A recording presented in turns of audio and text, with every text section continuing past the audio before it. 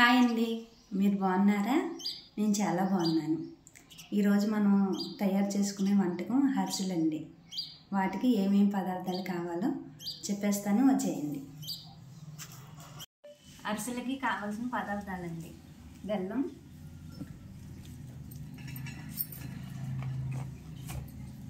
వరిపిండి. పిండి అయితే ఆరకూడదండి, తడిగానే ఉండాలి. కొంచెం యాలక్కాయలు సువాసన కోసం. వేసుకున్న వారైతే నువ్వులండి, ఒకవేళ ఈ వద్దు అనుకున్న వాళ్ళు కూడా మానేయవచ్చు. ఇప్పుడు పాకం పెట్టుకుందాము, దాని తయారు విధానం చూద్దాం.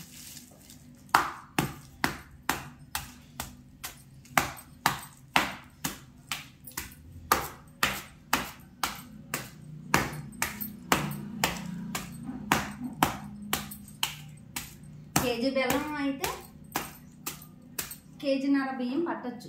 కొంచెం బియ్యం ఎక్స్ట్రానే ఉంచుకోవాలండి, బియ్యం పిండి ఎక్స్ట్రానే ఉంచుకోవాలి. ఎందుకంటే బెల్లం కూడా తేడా ఉంటాయి, ఒకటి ఎక్కువ పిండి పడుతుంది, ఒకటి తక్కువ పడుతుంది.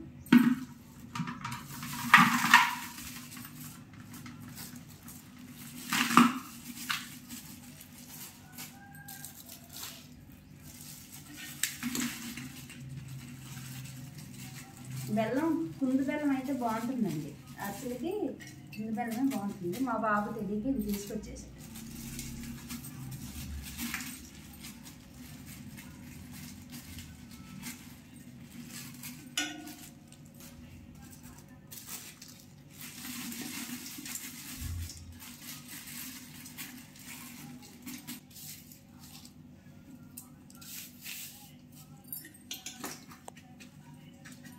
బెల్లం అడుగు పట్టకుండా కొంచెం నీళ్ళు పోసుకుంటాం.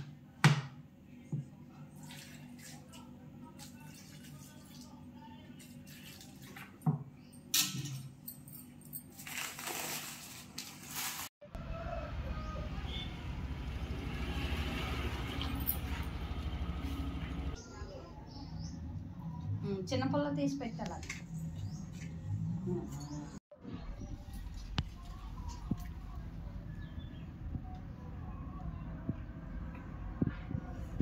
అరిసెల పాకం పెట్టుకున్నానండి పై మీద. మా పాపతో పొయ్యండి ఇచ్చాను. ఆడపిల్ల లక్ష్మి కదా ఇంటికి. యాలక్కాయ పొడి వేసుకున్నాం.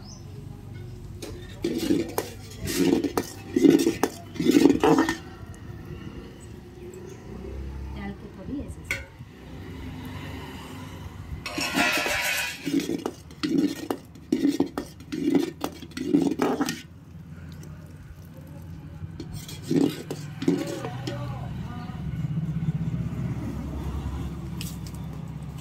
పాకం వచ్చేటప్పుడే యాలక్కాయ పొడి వేసుకుంటే స్మెల్ బాగా వస్తుంది.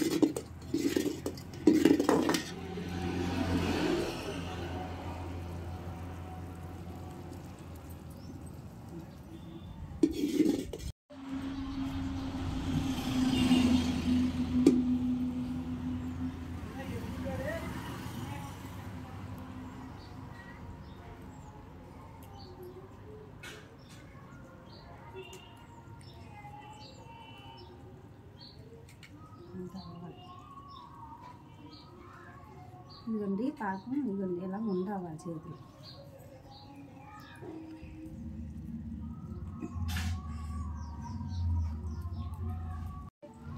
ఇది పాకం వచ్చాక నువ్వులు వేసేసుకున్నాం.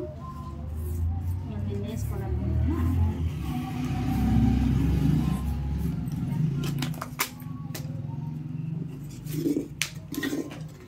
పోసుకున్నాం. పిండి తీసుకురాము, ఇలా తొందరగా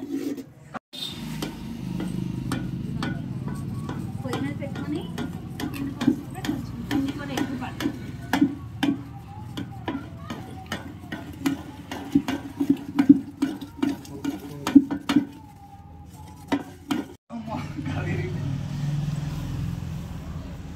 తిప్పు.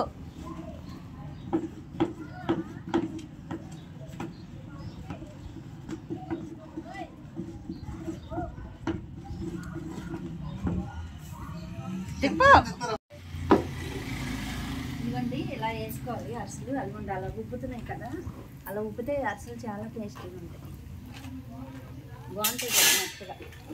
చిన్నపిల్లలు కూడా తినాలి.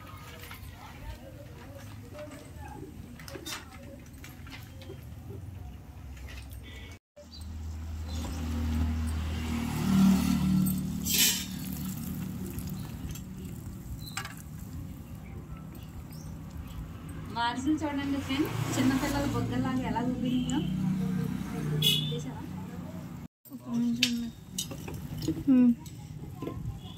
చిన్నపిల్లల బొగ్గల్లాగా ఉన్నాయి కదండి, చూడండి.